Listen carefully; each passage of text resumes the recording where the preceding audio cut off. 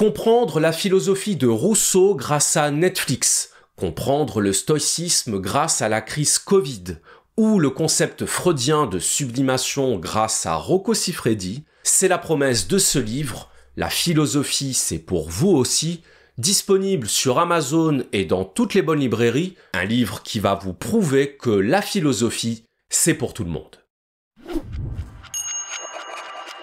Bonjour à tous. Aujourd'hui, on va parler de Ionesco et de rhinocéros. Alors, je vous préviens tout de suite, cet épisode risque de faire polémique, parce que vous allez y entendre des propos qui vont vous heurter, des propos qui vont peut-être même vous choquer. Je pense à une phrase en particulier, on verra ça tout à l'heure. Et aussi parce que mon objectif, à travers cet épisode, ça va être de rétablir certaines vérités à propos de Ionesco et de la signification de son œuvre Rhinocéros. Des vérités qui ne vont pas plaire à tout le monde. Et d'ailleurs, j'en profite pour rappeler que faire de la philosophie, c'est justement ça. C'est se confronter à des idées, même quand on n'est pas d'accord avec elles. Ou même quand elles n'arrangent pas nos affaires. Si on n'est pas prêt à ça, si on n'est pas prêt à faire l'expérience du choc des idées, il ne faut pas faire de la philosophie. Il faut faire de la politique. Et vous allez voir qu'en disant ça, bien je suis pile dans la thématique de l'épisode. Donc on y va. Rhinocéros, c'est une pièce de théâtre écrite en 1959 que beaucoup d'entre vous connaissent, je pense, du simple fait que c'est une œuvre qu'on étudie souvent au lycée, en cours de français.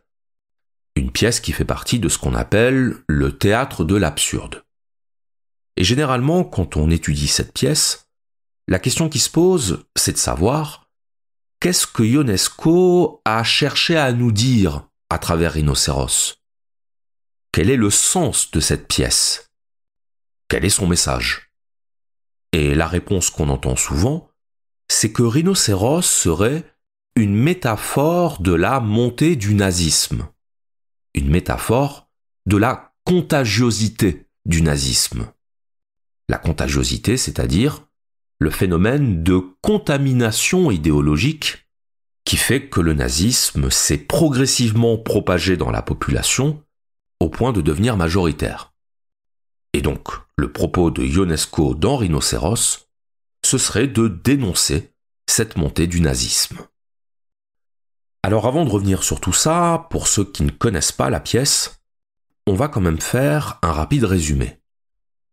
L'action se déroule dans une petite ville de province, une petite ville tout ce qu'il y a de plus tranquille, et un beau jour, alors que les habitants sont en train de vaquer à leurs occupations, on entend un bruit.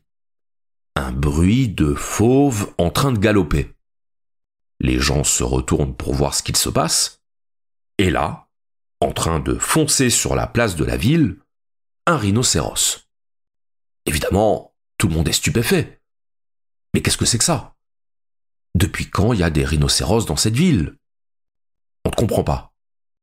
Et non seulement on ne comprend pas, mais surtout, on a peur. Parce que c'est effrayant, un rhinocéros. C'est puissant. Ça charge. Ça détruit tout sur son passage. Et donc le temps que les habitants réalisent qu'ils viennent de voir passer un rhinocéros, qu'est-ce qu'ils voient ? Un deuxième rhinocéros. Un troisième. Un quatrième. Ça n'en finit plus. Et au bout de quelques jours, on commence à comprendre. On commence à comprendre que ces rhinocéros ne se sont pas évadés de leur milieu naturel. Ce sont les habitants eux-mêmes qui se transforment en rhinocéros. Ils sont atteints de cette maladie qu'on découvre, la rhinocérite. Mais un drôle de phénomène s'installe. À savoir que si au départ, les gens avaient peur des rhinocéros, si au départ le rhinocéros était synonyme de terreur, d'inquiétude, de danger, petit à petit, on commence à s'habituer. Pire que ça, on commence à voir les rhinocéros d'un bon œil. Certains habitants commencent à vouloir devenir eux-mêmes des rhinocéros. C'est le début de la contagion. Il y a de plus en plus de rhinocéros dans la ville, au point qu'ils finissent par devenir majoritaires. Et à partir du moment où ils deviennent majoritaires, ce sont les humains qui commencent à être stigmatisés. Ce sont les humains qui commencent à avoir honte d'être des humains. Ils veulent tous ressembler aux rhinocéros. Ils veulent tous devenir rhinocéros. Jusqu'au dernier. Jusqu'au dernier qui résistera, qui refusera jusqu'au bout de céder à la contagion. Il va lutter. Il va livrer un véritable combat intérieur pour ne pas succomber. Le rideau se ferme sur ces mots. Je ne capitule pas. Donc voilà pour le résumé de la pièce. Et alors, pour reboucler avec ce que je disais précédemment, quand la pièce a été jouée pour la première fois en France, en 1960, elle avait d'abord été jouée en Allemagne en 1959, mais peu importe, les journalistes venus assister à la pièce l'ont immédiatement interprétée comme une métaphore du comportement des Français pendant l'occupation allemande. Comme une métaphore de la collaboration, si vous préférez. Ça paraît logique. Ionesco a assisté à la montée du nazisme en Europe. Il était lui-même juif, donc directement concerné. Et il y a un détail dans la pièce qui donnait un indice, à savoir que les rhinocéros étaient représentés avec la peau verte. Or, le vert, c'était la couleur des uniformes de la police d'occupation. Donc a priori, pas de place au doute, pas d'ambiguïté. Rhinocéros était une allégorie théâtrale de la montée du nazisme. Mais sauf que, quand ces mêmes journalistes ont demandé à Ionesco d'expliquer lui-même le sens de sa pièce, eh bien sa réponse a été un peu différente, un peu plus subtile. Ionesco a en effet déclaré que ce qu'il avait cherché à dénoncer, ce n'était pas seulement le nazisme, c'était l'intégralité de ce qu'il appelle les hystéries collectives. Hystérie collective dont le nazisme n'est qu'un cas particulier, qu'une incarnation spécifique. Je vous propose d'écouter directement ce que disait Ionesco, ce sera plus simple. Rhinocéros est sans doute une pièce anti-nazie, mais elle est aussi surtout une pièce contre les hystéries collectives et les épidémies qui se cachent sous le couvert de la raison et des idées, mais qui n'en sont pas moins de graves maladies collectives dont les idéologies ne sont que les alibis. J'ai pensé avoir tout simplement à montrer l'inanité de ces terribles systèmes, ce à quoi ils mènent, comme ils enflamment les gens, les abrutissent, puis les réduisent en esclavage.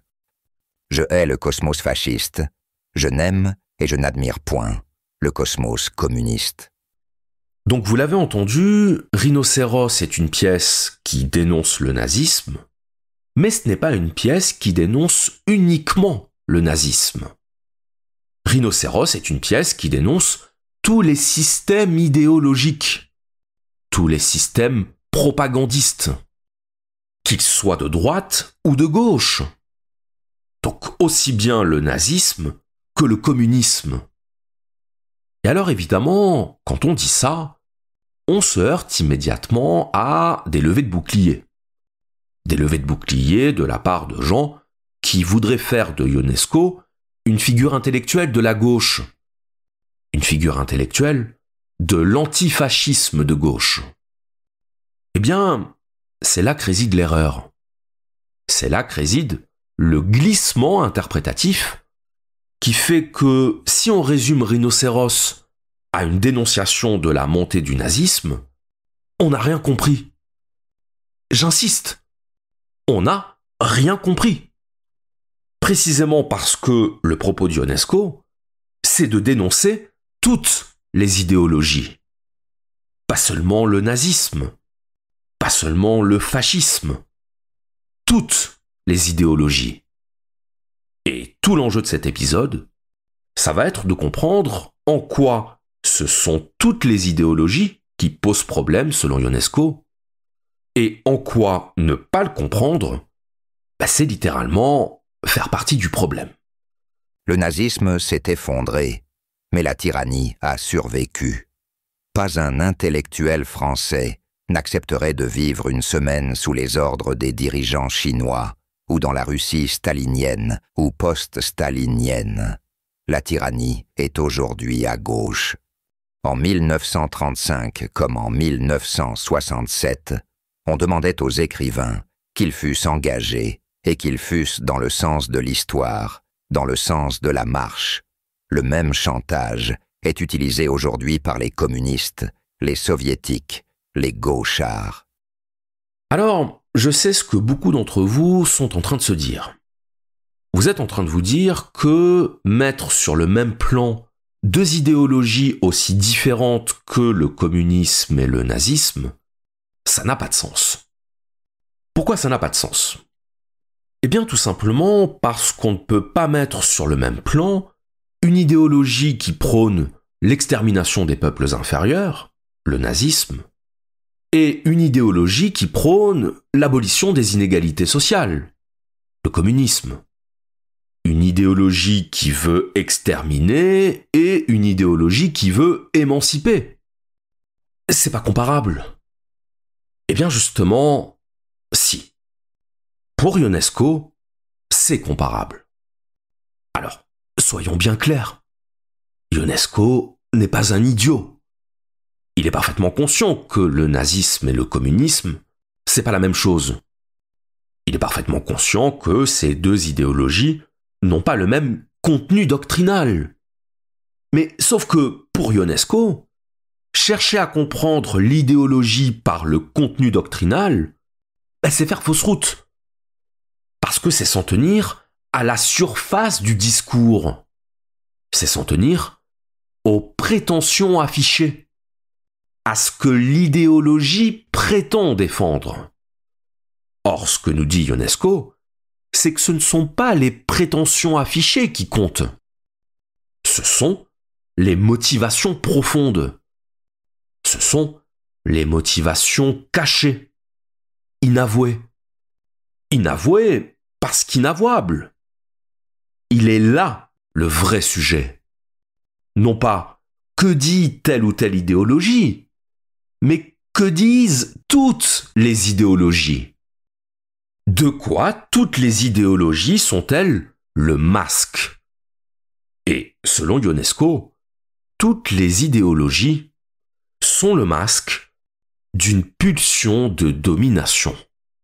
Les révolutionnaires d'aujourd'hui, les meneurs, les agitateurs, la libido dominandi d'aujourd'hui n'est différente que par la doctrine, celle-ci n'étant que le masque, la mystification de la même libido dominandi fondamentale.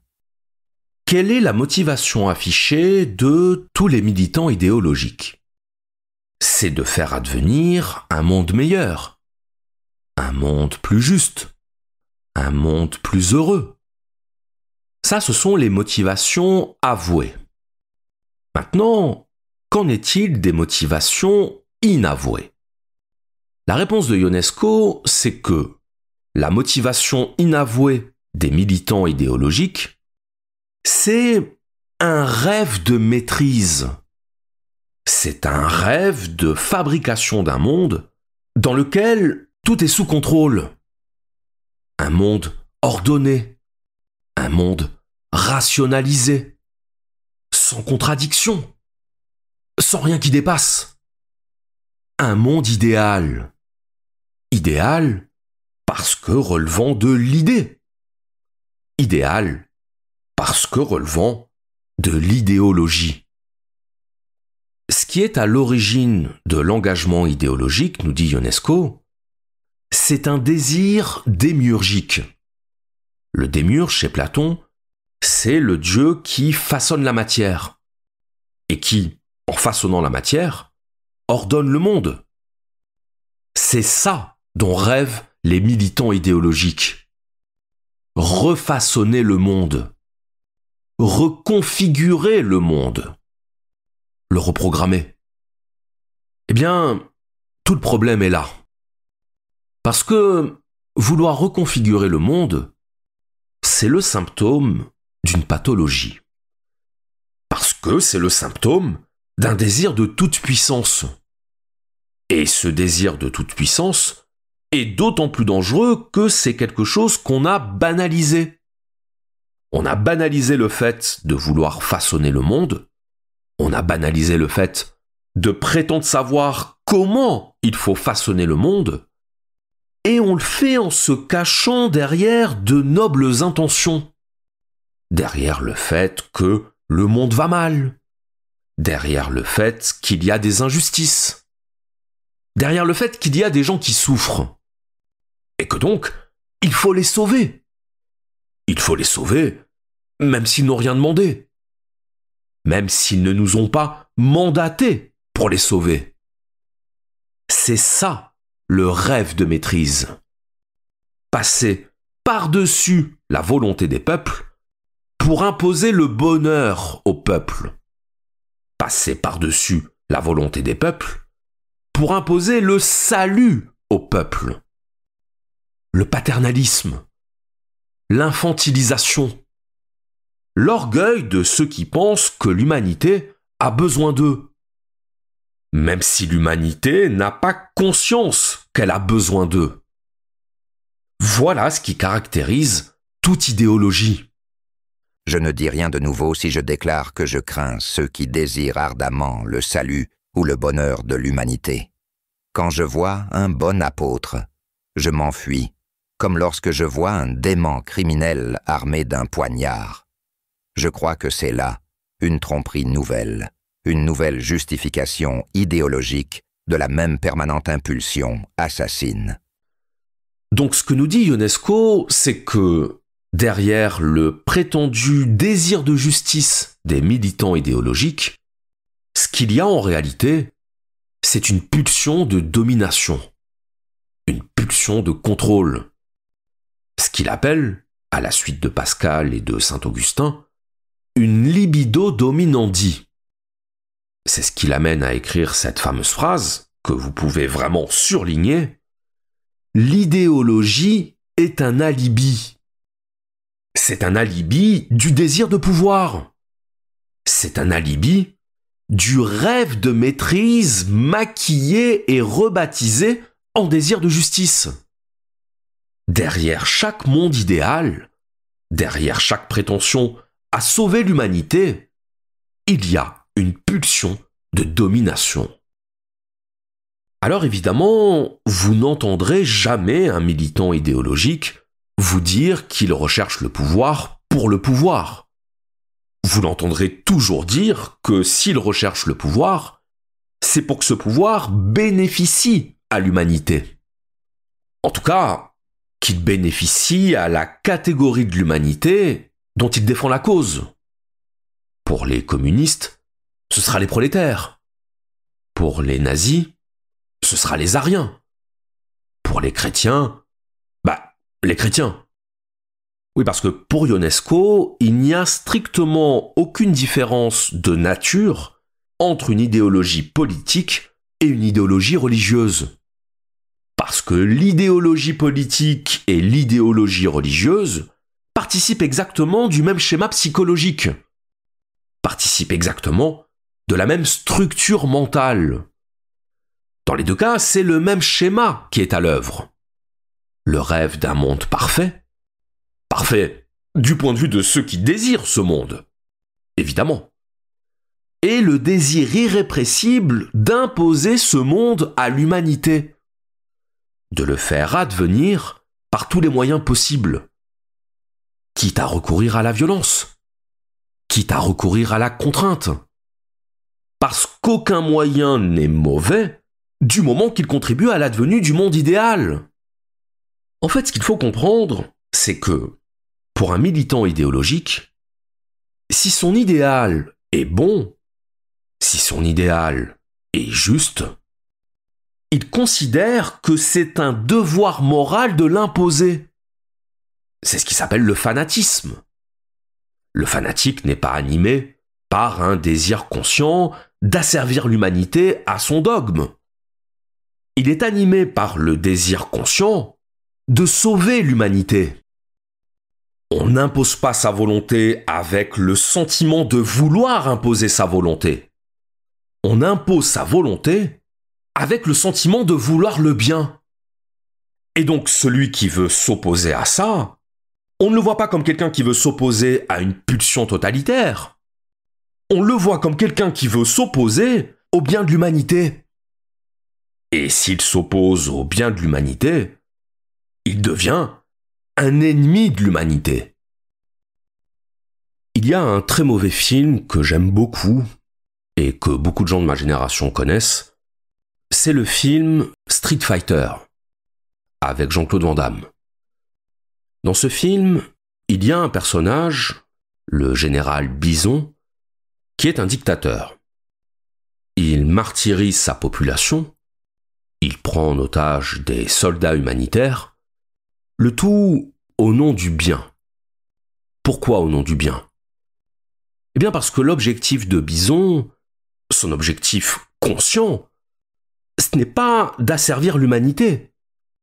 Au contraire, c'est de la libérer. C'est de la sauver.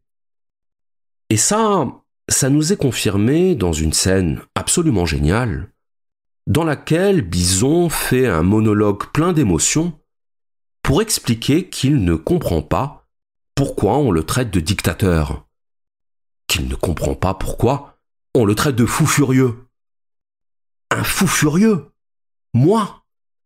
Alors que ma seule ambition est de créer le soldat parfait.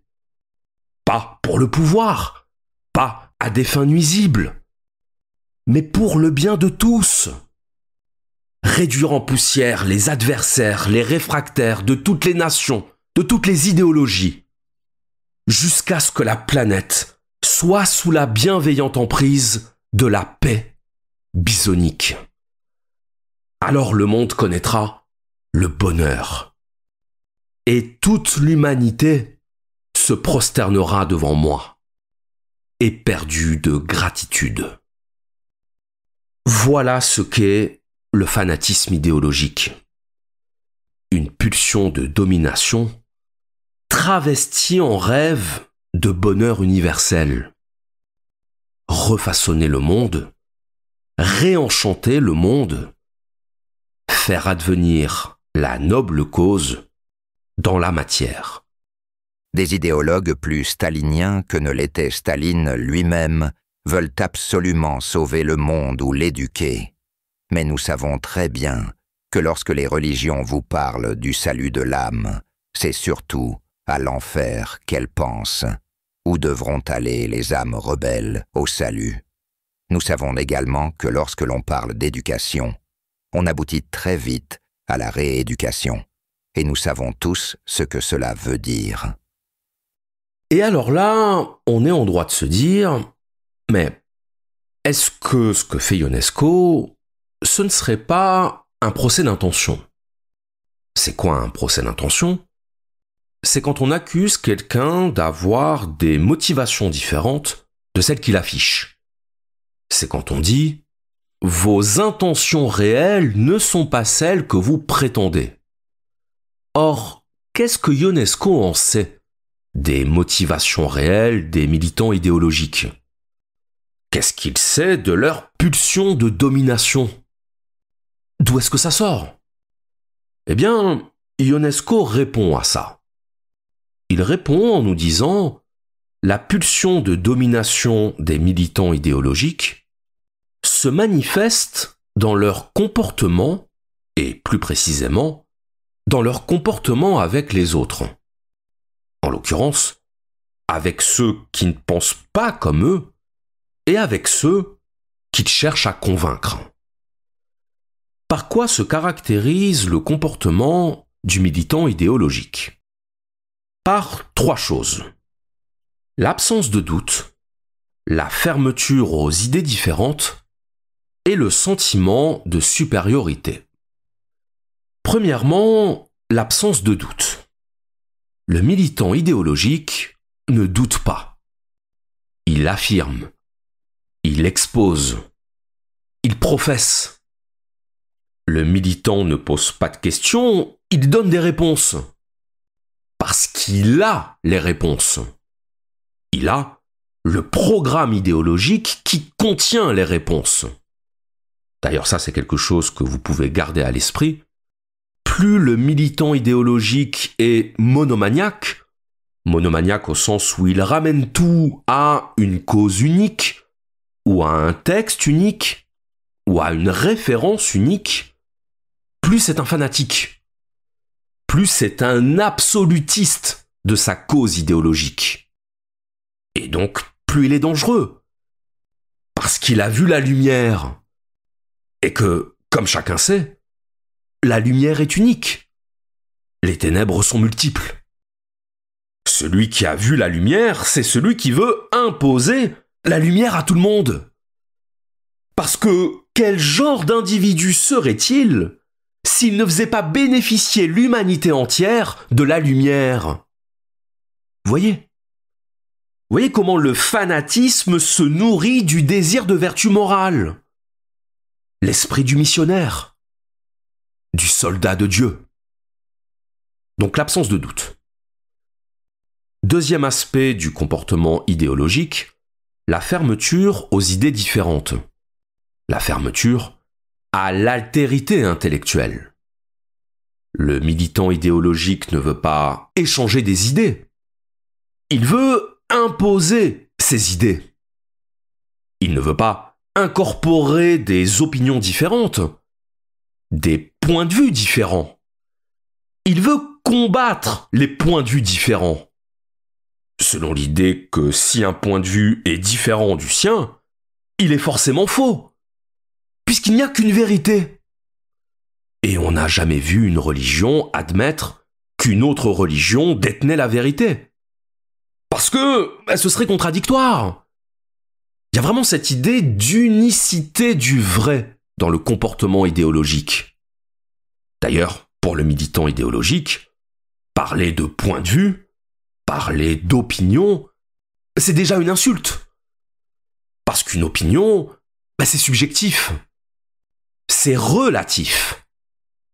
Le militant idéologique ne défend pas des opinions, il défend des vérités. Il produit des démonstrations. Et c'est parce qu'il produit des démonstrations, le propre d'une démonstration étant que sa conclusion est forcément vraie. Vraie pour tout le monde. Donc elle doit forcément être admise par tout le monde. C'est parce qu'il produit des démonstrations qu'il ne peut pas accepter une autre conclusion que la sienne. Vous reconnaissez cette attitude? Ça s'appelle le sectarisme. Ça s'appelle le dogmatisme. Si j'ai raison, les autres ont tort. Comme j'ai raison, les autres ont tort. Donc fermeture aux idées différentes. Et enfin, troisièmement, le sentiment de supériorité. Le militant idéologique se croit supérieur à ceux qui ne partagent pas son idéologie. Parce qu'il a compris ce que les autres n'ont pas compris. Il sait. Lui, il sait. Et si vous n'êtes pas d'accord avec lui, c'est soit que vous n'avez pas compris, soit que vous êtes un ennemi. C'est clair, net et précis.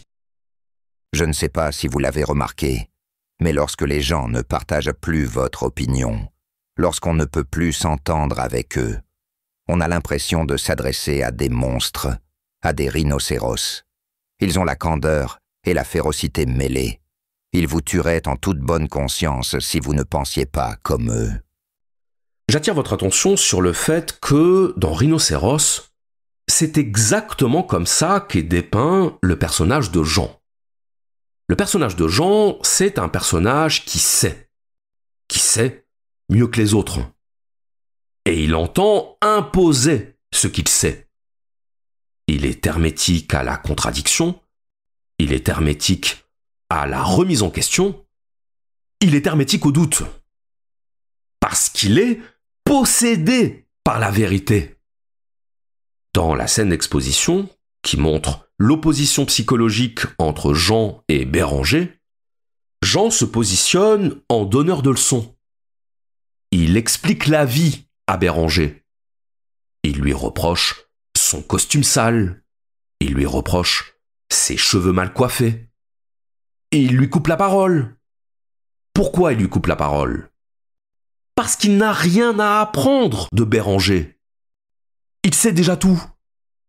Pourquoi perdrait-il son temps à écouter des choses dont il sait déjà qu'elles ne sont pas pertinentes? Pourquoi perdrait-il son temps à respecter quelqu'un qu'il ne respecte pas, puisque c'est lui qui est supérieur? Jean, c'est le rhinocéros dans l'âme. Alors, revenons un peu sur tout ça. Pourquoi est-ce que le militant idéologique ne doute pas? Eh bien, il ne doute pas parce qu'il ne peut pas se permettre de douter. Et pourquoi il ne peut pas se permettre de douter? Parce que pour le militant idéologique, le doute est synonyme de faiblesse. Il est synonyme de perte d'efficacité. Un militant qui doute, c'est un militant, par définition, moins efficace dans sa mission. Sa mission étant de convertir les individus à son idéologie. Convaincre, convertir. C'est la même étymologie. On en revient à l'idée que pour Ionesco, il n'y a pas de différence structurelle entre le militantisme politique et le prosélytisme religieux. Dans les deux cas, il s'agit de transformer l'autre en fidèle, avant de l'envoyer à son tour convertir les autres. Le principe de tout prosélytisme, c'est la propagation. C'est la multiplication. C'est amener un maximum de gens à adhérer à notre cause. On rejoint ici ce que disait Simone Veil dans sa note pour la suppression générale des partis politiques. Le but du militant, c'est de faire grossir le parti. C'est de le faire croître. Le faire croître pour qu'il gagne en puissance. Le faire gagner en puissance pour accéder au pouvoir. On en revient toujours à ça. J'ouvre une petite parenthèse là-dessus. La propagande idéologique fonctionne sur le modèle militaire. Écoutez bien. Un soldat ne doute pas. Il exécute. Il obéit. Le militant ne doute pas. Il exécute. Il obéit. Le soldat livre bataille.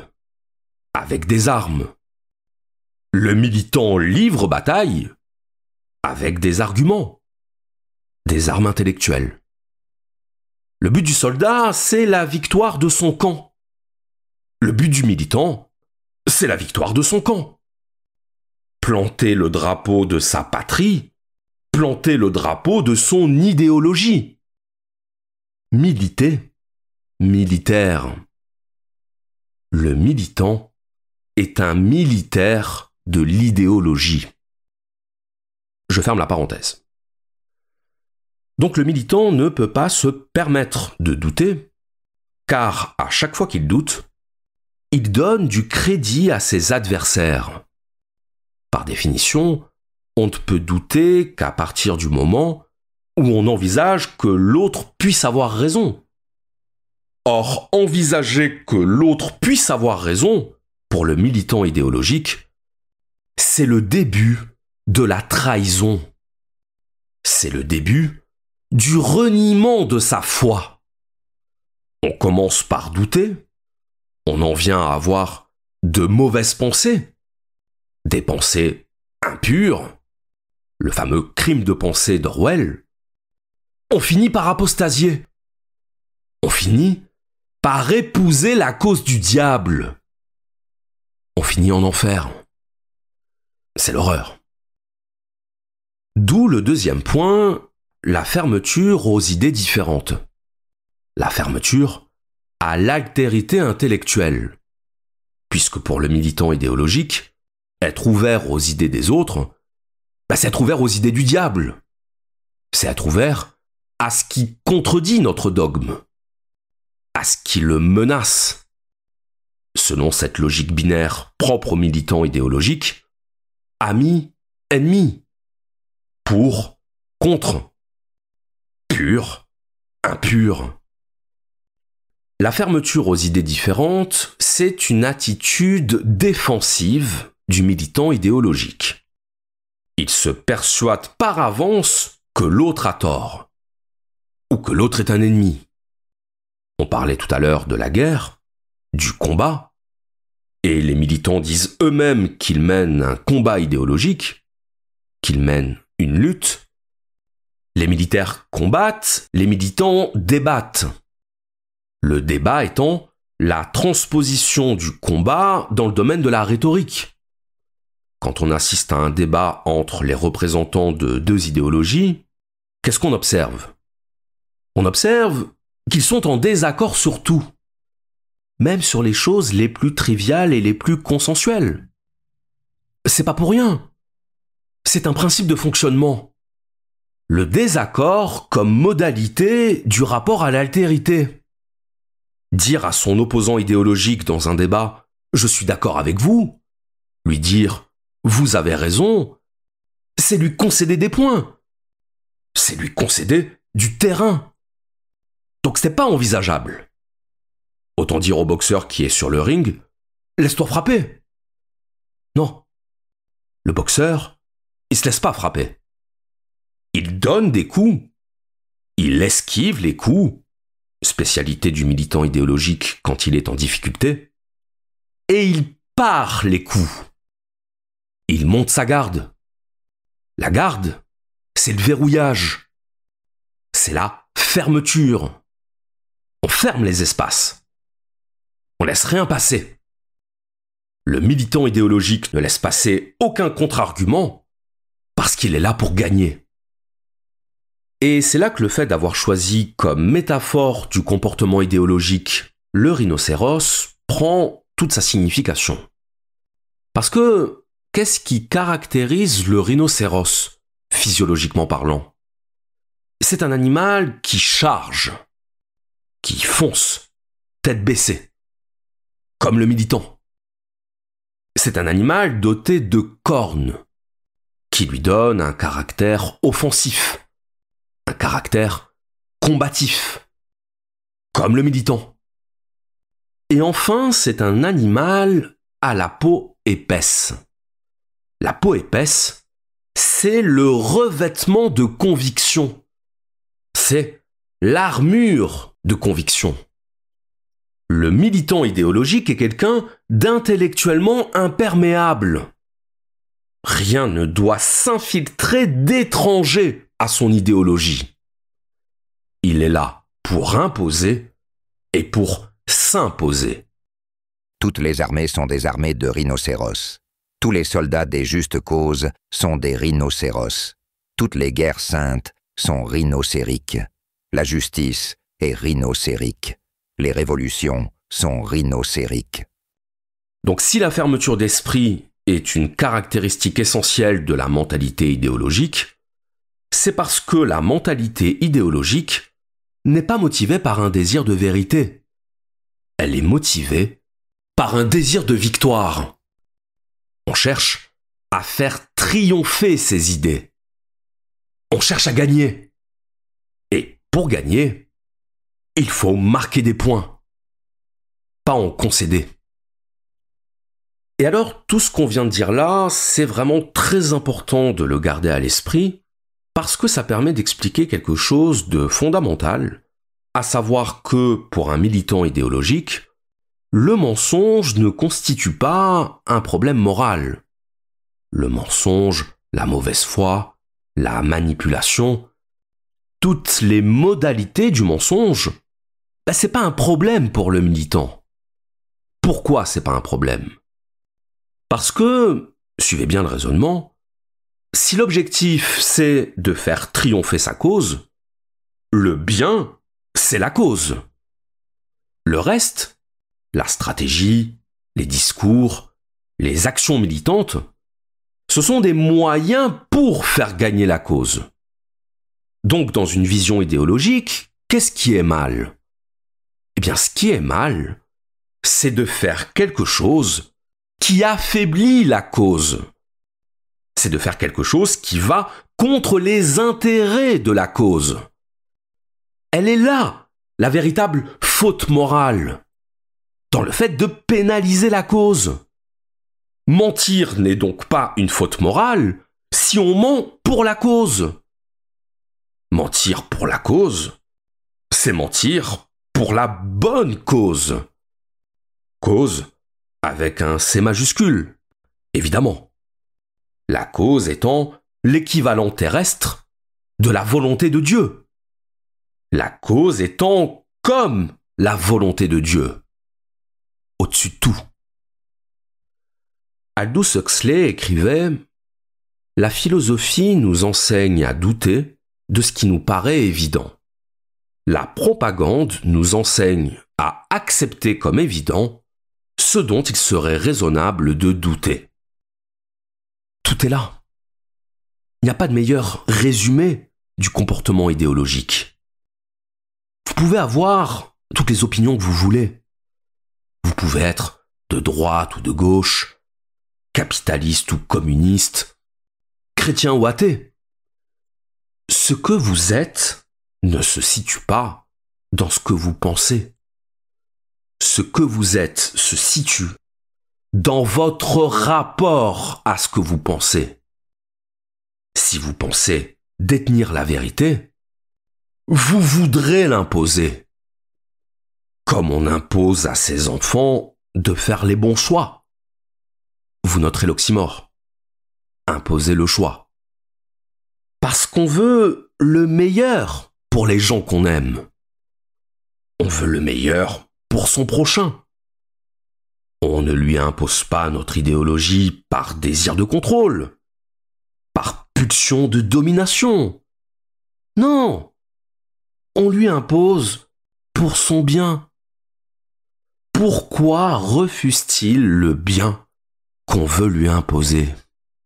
Les religions ou les idéologies ne sont et n'ont jamais été que les alibis, les masques, les prétextes de cette volonté de meurtre, de l'instinct destructeur, d'une agressivité fondamentale, de la haine profonde que l'homme a de l'homme. On a tué au nom de l'ordre, contre l'ordre, au nom de Dieu, contre Dieu, au nom de la patrie, pour défaire un ordre mauvais, pour se libérer de Dieu, pour se désaliéner, pour libérer les autres, pour punir les méchants. On a massacré surtout et torturé au nom de l'amour et de la charité, au nom de la justice sociale. On peut maintenant raccrocher les wagons. La motivation première du militant idéologique, nous dit Ionesco, c'est la recherche du pouvoir. Pour accéder au pouvoir, le militant cherche à faire grossir ses rangs. Il cherche à convertir un maximum de gens à sa cause par la propagation. La propagation idéologique étant symbolisée, dans Rhinocéros, par la propagation de la rhinocérite, la contagion. La rhinocérite, c'est la maladie idéologique. Et cette maladie idéologique se transmet par un phénomène d'adhésion. Et c'est là qu'on en arrive au point suivant, à savoir les modalités de propagation de la maladie idéologique. Autrement dit, qu'est-ce qui fait que l'idéologie a un tel pouvoir de contagion? Qu'est-ce qui fait qu'autant d'individus succombent aux sirènes de l'idéologie? Ionesco nous donne deux explications à ce phénomène de contagion. Première explication, le besoin de réponses simples. La mentalité idéologique, nous dit Ionesco, se caractérise par le besoin d'avoir des réponses simples. Parce que les réponses simples sont un moyen d'avoir le sentiment de comprendre, le sentiment de savoir pourquoi le monde va mal, et donc de savoir ce qu'il faudrait faire pour qu'il aille mieux. Donc ça, c'est la première explication. Deuxième explication, qui se couple à la première, le besoin d'appartenance. Besoin d'appartenance à un camp, besoin d'appartenance à un groupe, besoin d'appartenance à une cause qui nous dépasse. Et alors, c'est là où ça devient très intéressant parce que qu'est-ce qui, dans l'idéologie, est le plus efficace pour produire à la fois des réponses simples et un sentiment d'appartenance? Réponse: la désignation d'un bouc émissaire. Toute idéologie fonctionne sur la désignation d'un bouc émissaire. Un juif n'est pas un homme comme moi, disait le nazi. J'ai le droit de le tuer. Un bourgeois n'est pas vraiment un homme, ou bien il est un homme mauvais ou dangereux. Il est à abattre, disent les petits penseurs, petits bourgeois marxistes. Le bourgeois n'est-il pas, selon le marxisme, quelqu'un qui a perdu, en quelque sorte, son humanité? Que ferait-on s'il ne restait le bourgeois à tuer et le petit bourgeois à ridiculiser? Comment inventer un plus extraordinaire bouc émissaire? Il est là, devant vous, à portée de la main. Vous n'avez qu'à piquer dans le tas. Là, on touche à quelque chose d'extrêmement important si on veut comprendre la mentalité idéologique et en quoi cette mentalité idéologique repose sur un désir de pouvoir et un désir de violence. Le bouc émissaire. Bouc émissaire sur lequel va se polariser l'animosité du groupe qui pourra dès lors s'abriter derrière le paravent du désir de justice. L'idéologie n'a de sens que s'il y a un coupable à punir, un ennemi à châtier, un méchant. Or, le bouc émissaire, c'est le responsable des injustices. C'est le responsable des malheurs de l'humanité, de tous les maux de la société. Et c'est là qu'on voit, au-delà des différences doctrinales, l'unité structurelle de toutes les idéologies. La désignation d'un coupable. Tantôt, ce coupable sera le juif, nous dit Ionesco, tantôt, ce sera le bourgeois. Chez certains, ça pourra même être les deux à la fois. Question d'opportunité. Et c'est en ce sens que l'idéologie est un alibi, qu'elle n'est qu'un prétexte, parce qu'elle est un moyen de légitimation du crime. C'est parce qu'on veut quelqu'un qu'on puisse tuer, c'est parce qu'on veut quelqu'un qu'on puisse abattre, dénoncer ou humilier, qu'on adhère à l'idéologie qui va nous offrir un ennemi à abattre. Quelqu'un qu'il sera légitime de tuer. De tuer ou de rééduquer ou d'envoyer au bagne. Peu importe. L'essentiel est d'avoir un ennemi. L'essentiel est d'avoir quelqu'un qui légitime notre violence. C'est ça l'idée.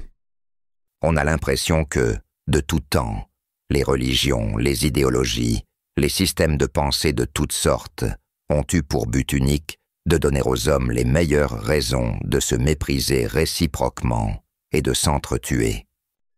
Et ça, on peut le constater facilement en écoutant les discours des militants idéologiques.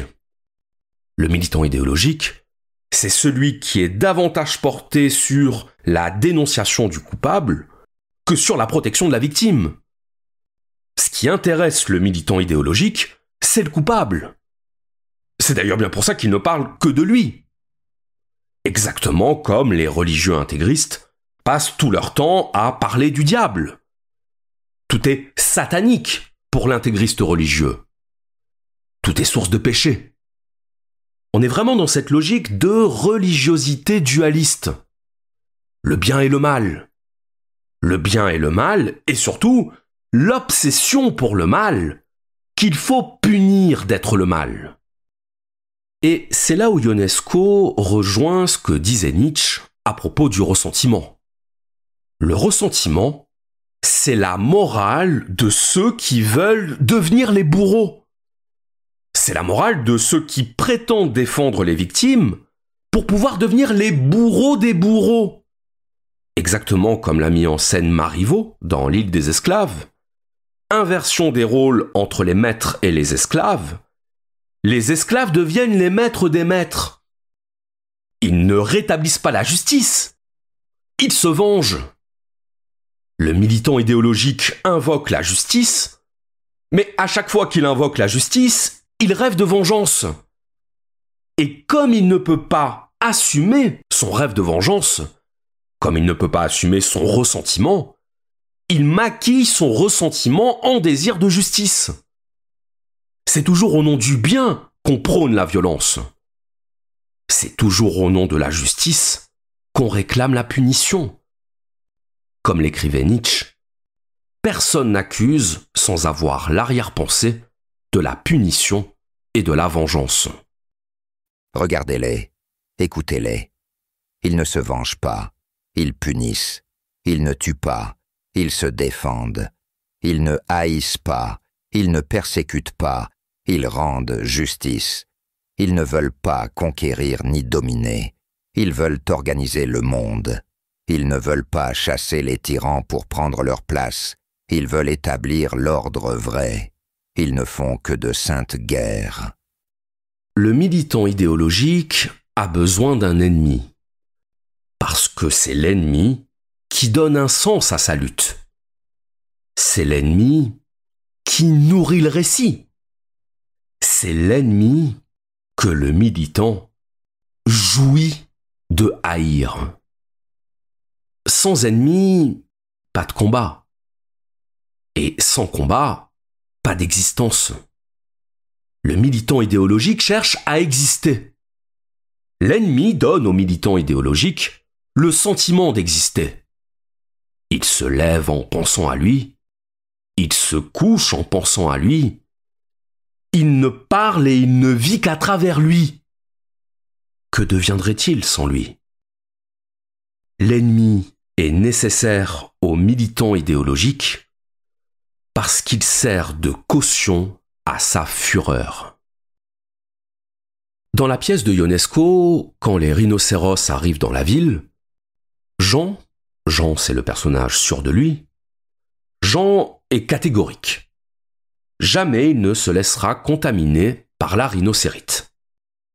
Béranger, lui, est beaucoup moins affirmatif, beaucoup moins vindicatif. Et pourtant, à la fin de la pièce, c'est Jean qui devient rhinocéros et c'est Béranger qui résiste. Ce paradoxe s'explique. Et c'est là tout le propos d'Ionesco.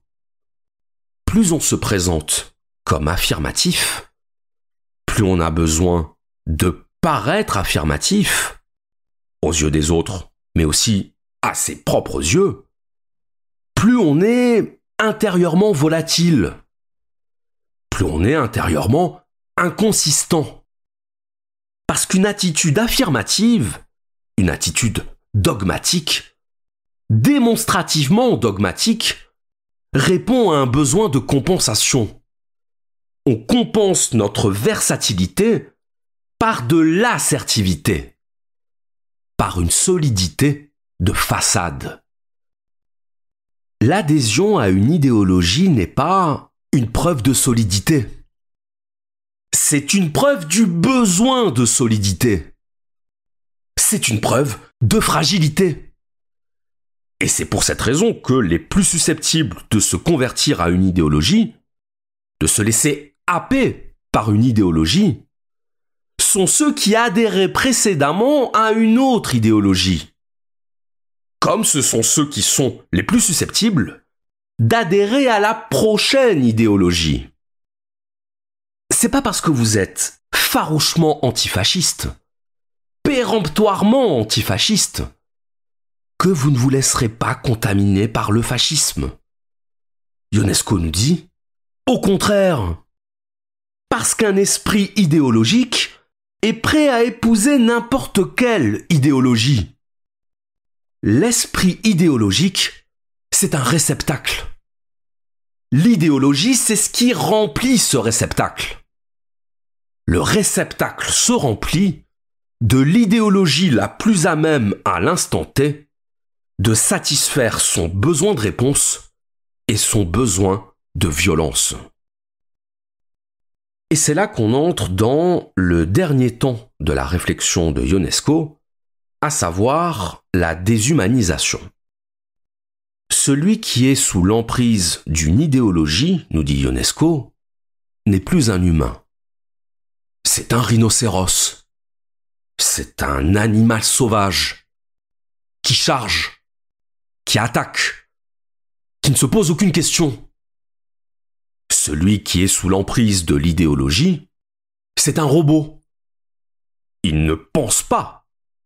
Il récite. Il ne dialogue pas. Il monologue. Il ne cherche pas à comprendre. Il cherche à convaincre. C'est ça, la déshumanisation idéologique. La mécanisation. Et cette mécanisation, elle s'incarne dans un phénomène qu'on peut tous observer chez les militants idéologiques, à savoir le remplacement de la parole par le discours. Ça veut dire quoi ? La parole, c'est un moyen d'échanger du sens.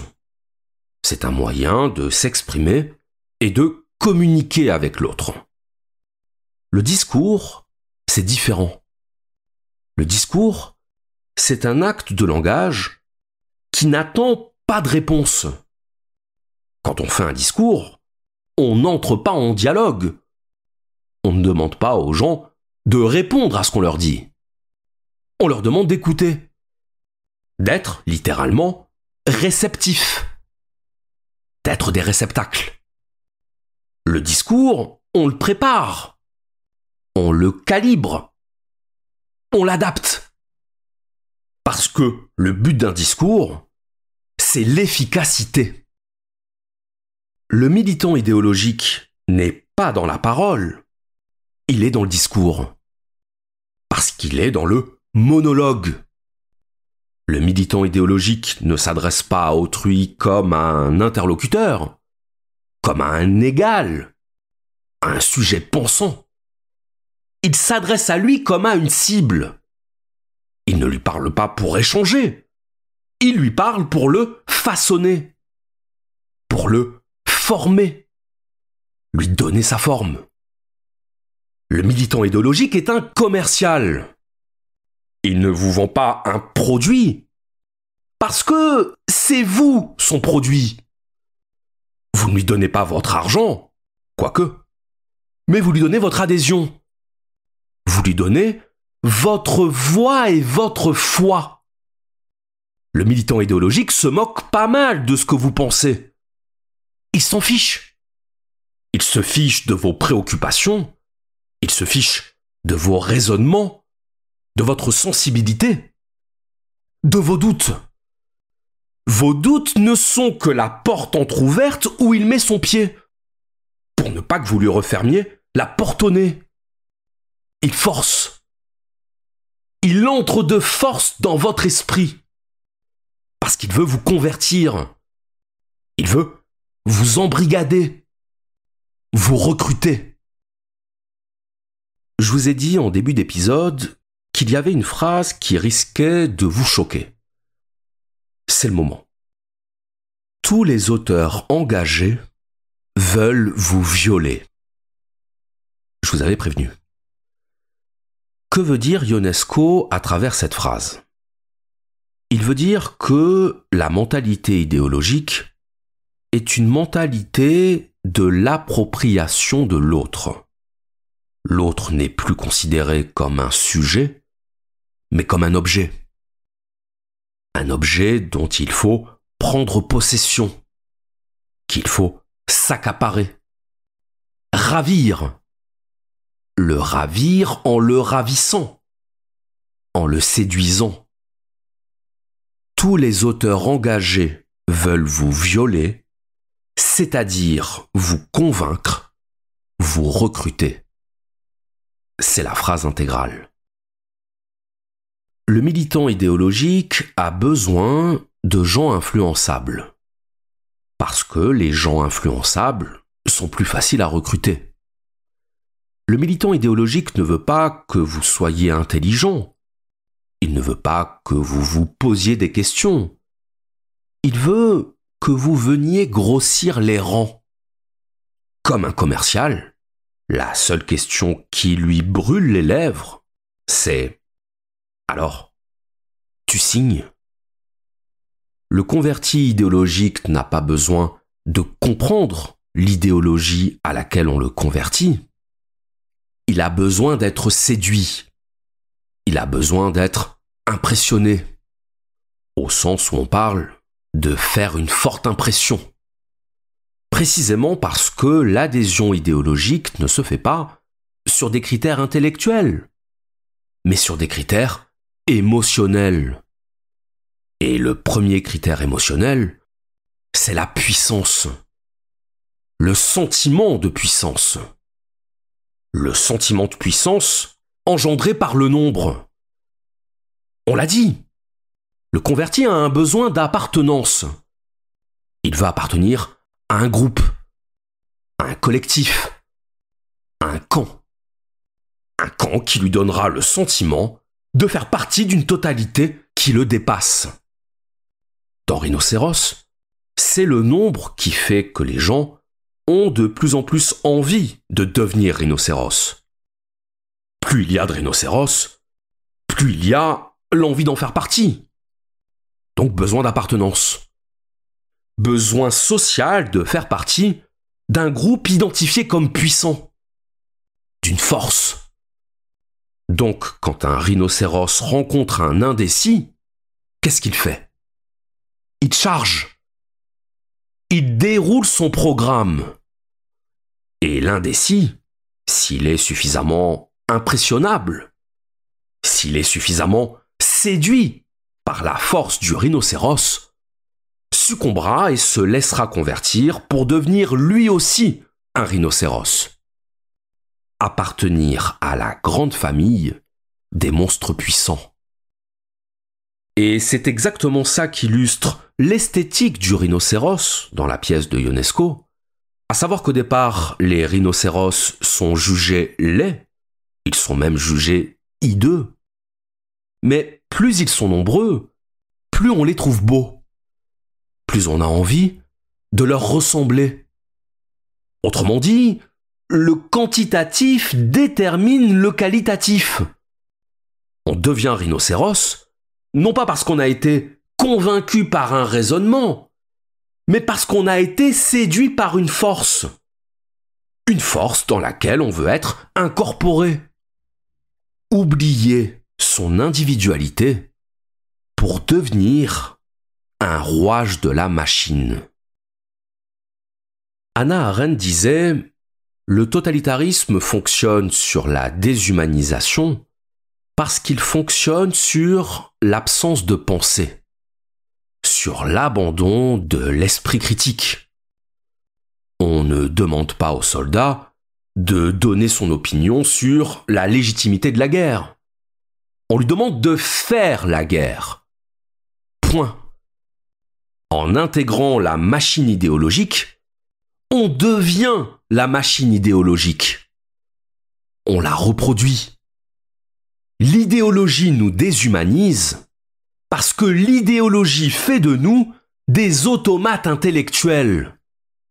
La pensée devient mécanique, basée sur des slogans, basée sur des mots-clés, sur ce qu'on appelle précisément des éléments de langage. Et en devenant mécanique, la pensée devient une non-pensée. Elle devient une récitation, un catéchisme, un discours.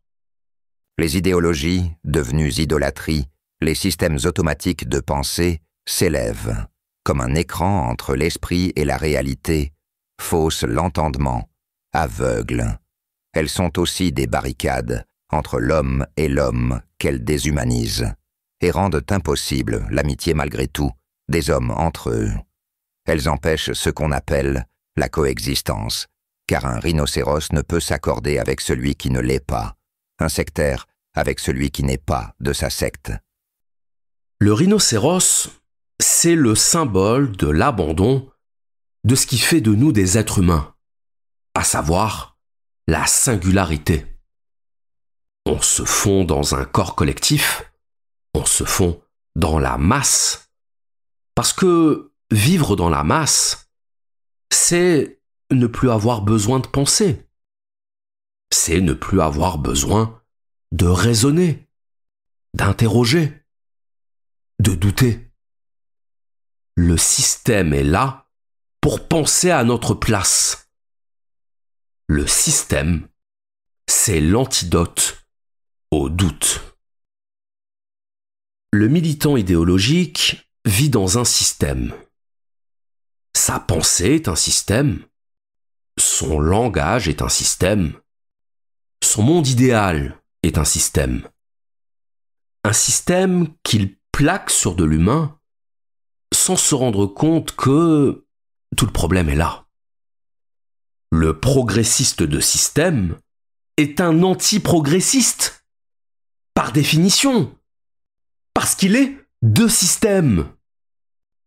L'humaniste de système est un anti-humaniste, par définition, parce qu'il est de système. Écoutez bien. L'esprit idéologique est un esprit géométrique. L'esprit géométrique vit dans des formes géométriques. Des formes géométriques qu'il cherche à plaquer sur la réalité humaine et qui s'énervent parce que la réalité humaine ne rentre pas dans ces formes géométriques. Alors, qu'est-ce qu'il fait ? Il force. Il ne se dit pas que le problème vient de son esprit géométrique, de son rêve géométrique. Il se dit que le problème vient du fait que les êtres humains sortent des lignes, sortent de sa ligne, de son système. Ionesco le dit très clairement. Il n'est l'homme d'aucun système. Il n'est l'homme d'aucune idéologie. Pas davantage l'idéologie communiste que l'idéologie fasciste. Pas davantage Staline qu'Hitler ou Mussolini. Et ce genre de propos qui consiste à renvoyer dos à dos toutes les idéologies, c'est extrêmement pénible à entendre pour un militant idéologique.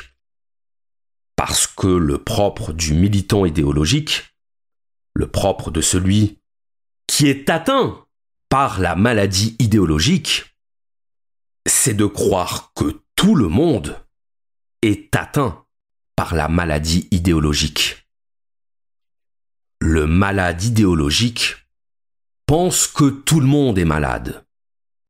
Le malade idéologique prend sa maladie pour la réalité. On m'a reproché de ne pas avoir fait dire à Béranger au nom de quelle idéologie il résistait. Si j'opposais une idéologie toute faite à d'autres idéologies toutes faites, je ne ferais qu'opposer un système de slogans rhinocériques à un autre système de slogans rhinocériques. Si je déteste quelque chose, c'est l'esprit partisan. Chaque fois que j'affirme une chose, que je défends un point de vue, je suis tenté de penser que le point de vue contraire est plus justifié, ou tout aussi justifié que le mien. Est-ce une infériorité intellectuelle de ne pas avoir une position catégorique, bornée?